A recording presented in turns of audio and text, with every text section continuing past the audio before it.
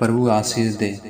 जो भाई बहन इस पूरे वचन सुनेंगे सब घर में आशीष दे यीशु मसीह के नाम में। चलिए हम शुरू करते हैं परमेश्वर का वचन। याकूब उसके उत्तराधिकार का निज भाग है। दूसरे शब्दों में परमेश्वर का यह कह रहा है, याकूब तू हमेशा के लिए मेरे ही, तू मुझे सारे जगत में सबसे प्यारा है। परमेश्वर ने कभी भी सूर्य, चंद्रमा या तारे को अपना निज भाग नहीं कहा है। जो विशेषाधिकार परमेश्वर ने याकूब को दिया वह वास्तव में महान है। परमेश्वर की स्तुति करो क्योंकि वह विशेषाधिकार हमें भी दिया गया है। हमें भी परमेश्वर का निज भाग कहा गया है कि हमारे मन की आंखें ज्योतिमी हो, जिससे कि हम जान सके कि उसकी बुलाहट की आशा क्या है और पवित्र लोग में उसके उत्तराधिकार की महिमा का धन क्या है।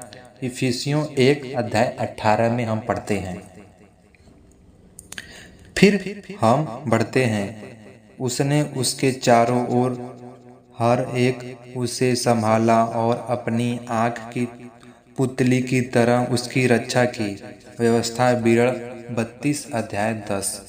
अगर आप अपने सभी अनजाने ईश्वरों को अपने से दूर कर देंगे तो आपके साथ भी ऐसा ही होगा, क्योंकि सेनाओं का प्रभु यहोवा यह कहता है, जो तुम्हें छूता है वह मेरी आँखों की पुतली को छूता है।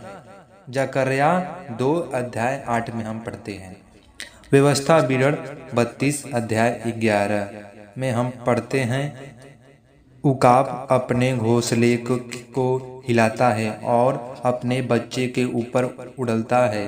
वह अपने पंख फैलाकर उन्हें संभालता लेता है और उन्हें अपने पैरों पर बैठा लेता है। प्रभु आपको भी आपके घोंसले में से निकाल कर बाहर कर सकता है, क्योंकि वह चाहता है कि आप ऊंचे स्थान में उड़ना सीखें। जब एक गूंगलसियों में था तो मैंने यह देखा कि वह सुबह के नाश्ते, दोपहर के खाने और चाय के साथ भी अंगूर परोसे दिए जाते थे। वे अंगूर बड़े बड़े और बहुत रसीले होते थे और मेजों पर उनके बड़े बड़े भरपूर गुच्छे रखे जाते थे। उससे मुझे यह याद आता था कि वे कैसे परमेश्वर भी हमें भरपूरी से सब कुछ देना चाहता है, लेकिन यह जरूरी होता है कि हम बेत एल में लौट जाने के लिए अपने सभी अनजाने ईश्वरों को दूर हटा दें।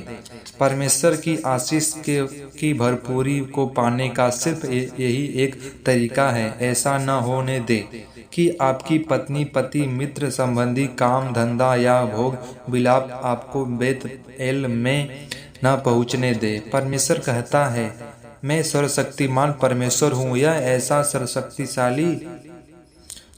सर्वशक्तिशाली कि आपकी उद्धार कर सकता है, आपको संभाल सकता है, आपकी अगुवाई कर सकता है, आपको आशीष दे सकता है। व्यवस्था विवरण 32:7-14 को आपको अपना व्यवस्थागत अनुभव बना ले। परमेश्वर से को कहे कि वह आपको उसका सर्वश्रेष्ठ दे और आपको यह दिखा दे कि बेत एल में परमेश्वर के घर में आपका पूरा हिस्सा क्या है।